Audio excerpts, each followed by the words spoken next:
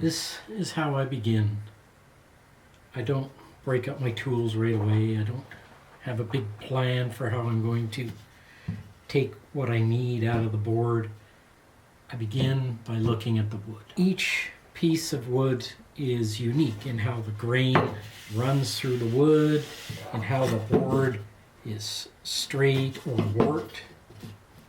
As you can see, this board has a little crown, and I can test that just by putting it on my bench. And I can see, oh look, it rocks back and forth. I turn it the other way, it's solid. So that means that this board is shaped like a banana. So that tells me what I can use this board for. I can't straighten the wood. I can't make this wood into something that it isn't. I can take out of this wood the pieces that I need, and that's where I begin. To begin, you have to examine the wood and see what the wood has to offer.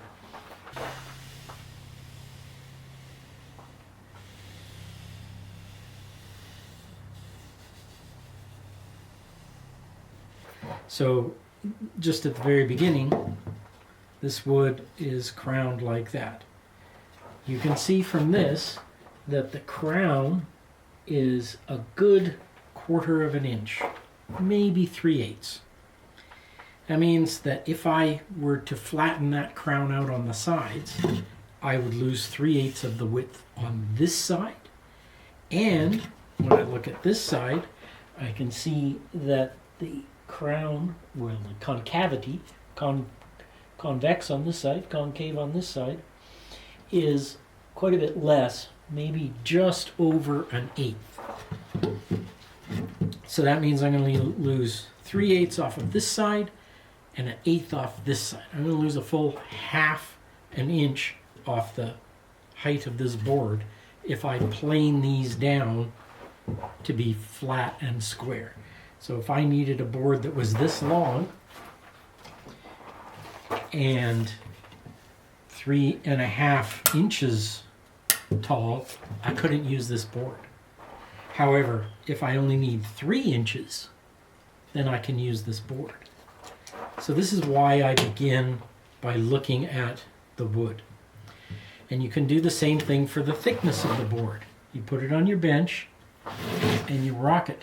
You can see this rocks. This board goes like that. It's twisted like that. So if it starts out here flat, I can look at the gap on this side and see that it continuously increases as it goes down. And if I look on the gap on this side, I can see that it is perfectly flat against my whole bench. So that means that this edge is flat-ish, but the board twists like this. And the twist increases as it goes down that way. By the time it gets to that end, I can see, I can just about put my finger under there, so it's nearly nearly 1/2 an inch almost, really. It's fully 1/4 of an inch, certainly 3/8, a bit more than 3/8. So let's call it 1/2 inch. So again, the same thing applies. If I need this piece of wood to be 1.5 inches thick, that's not going to happen with this board because I'm going to have to take 1/2 inch. I'm going to have to take 1/2 inch off of this edge, the edge that's against the thing to bring this edge down. I'm going to have to take 1/2 inch off of that to make this side flat and square. And if I look at the other side of the board, it's catawampus 3 ways. Okay, you can see it rocks back and forth, and it rocks side to side as well. And the side to side is a twist in the opposite direction from what's on this side. And it's cupped, whereas this side is flat all the way down, aside from that twist. So this board is really quite catawampus. So I'm going to have to plane out this curve. So it's curved like this. So I'm going to have to plane that out, as well as it is twisted like this. So I'm going to have to plane that out one way or another. And this side is just twisted like that. So I'm going to have to plane that out. That's going to take wood. Probably if I needed a board that was fully 1 inch thick, I could get that out of this. So I could make a flat and square 1 inch by 3 inch board out of this. But this is why it's so important to just stop and begin at the beginning by looking at the wood and seeing what you can get out of the wood. Now, on the other hand, if I take this board and I lay some of it off the bench, I can assess smaller segments of the board. So I can start here and find a place the board is stable and flat, and I can move it forward on my bench until the warp or the twist in it becomes enough to rock it. So if I look at that, this is now, if I take it to the edge of the bench, it's 13 inches. So if I back that off, to 12 inches, the board is stable on this side. This is mark it with our thumb, turn it over and check it. It's also stable here. So this first 12 inches of the board, both sides are flat.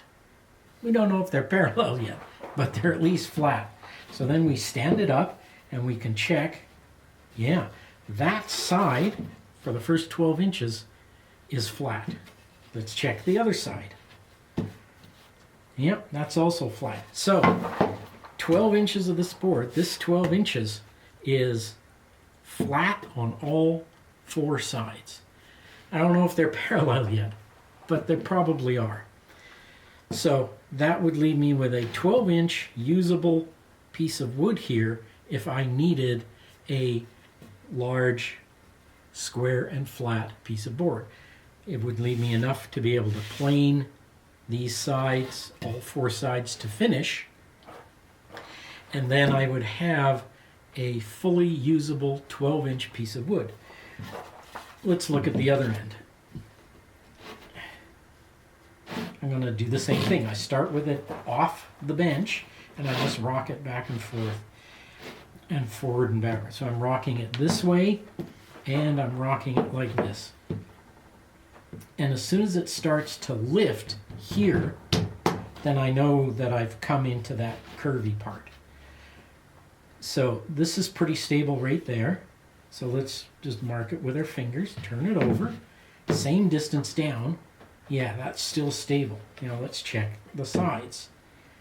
That side is stable and that side is stable. And make sure that you look under the board as well, because if it's cut convex like that, if it's warped convex like that, it will appear stable, but it won't be flat. So check that. So here, again, I've only got 11 inches here. So that leaves me with this board is 26 inches. So 11 and 12 is 23. That leaves me with a 3-inch piece in the middle where most of that warp is at, if not all of it. So that leaves me with an 11-inch board and a 12-inch board that I can work with out of this piece. So if I need longer pieces, I know, let's just go find another one. Life will be a lot easier. So that is my process for looking at a board and evaluating how it can be used in a project.